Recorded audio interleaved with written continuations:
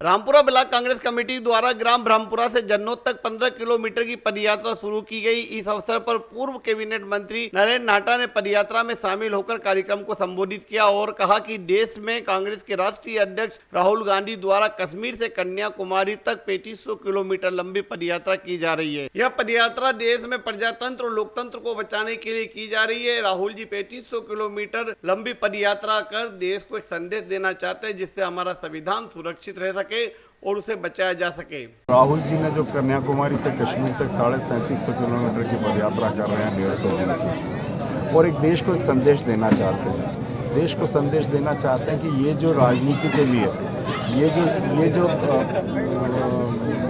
समाज को जो बंटवारा किया जा रहा है, जो समाज में अलग अलग धर्म, अलग अलग जातियों के लोगों को अलग करने की बात है, अलग भाषाओं के लोगों को अलग करने की बात है, अलग भूगोल के लोगों को अलग करने की बात है, ये बंद होना चाहिए। देश को जोड़ना चाहिए और जनता को याद दिलाया कि विवेकानंद और महात्मा गांधी दोनों ने ही भारत को जोड़कर ही इस देश को मजबूत किया और अंग्रेजों से इसको मुक्ति दिलाई।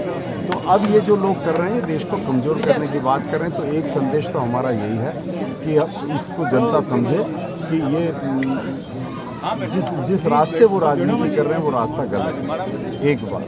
दूसरी बात इसका ये भी है कि जो हम स्थानीय मनासा क्षेत्र है वहाँ जब पिछले 20 सालों में 19 सालों में जबकि भारतीय जनता पार्टी की सरकार रही, जनता ने क्या खोया और क्या पाया, प्रशासन का क्या संस्कृति बन गई, जनता किस तरीके से परेशान है। तो जनता को जनता की बात कहने का भी एक कोशिश इस यात्रा के दौरान है। ये दो मकसद।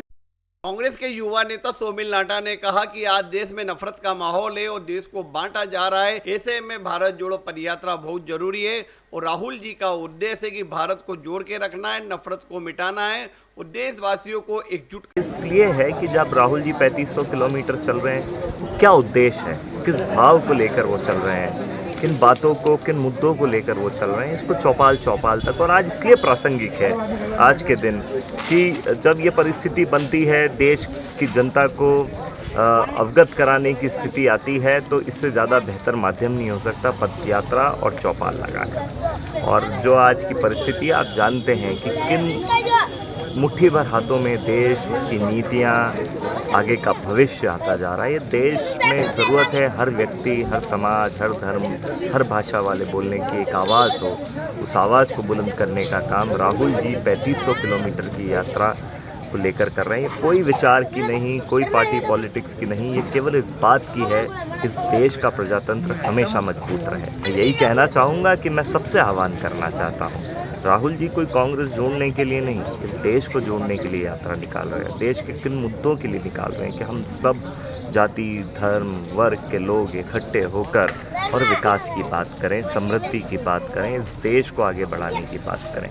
कोई भी वर्ग या समाज या जाति छूटती है तो देश भी पीछे छूटता है। सब एक होकर जहाँ भी जिस भी परिस्थिति में हो आप इस यात्रा का समर्थन कीजिए। चल सकते हैं तो चलिए, सोशल मीडिया के माध्यम से इसका, उनके मुद्दों का, उसके भाव का समर्थन कीजिए। कांग्रेस का कीजिए मत कीजिए मैं नहीं कहता, लेकिन उस भाव का कीजिए कि प्रजातंत्र इस देश का मजबूत रहे।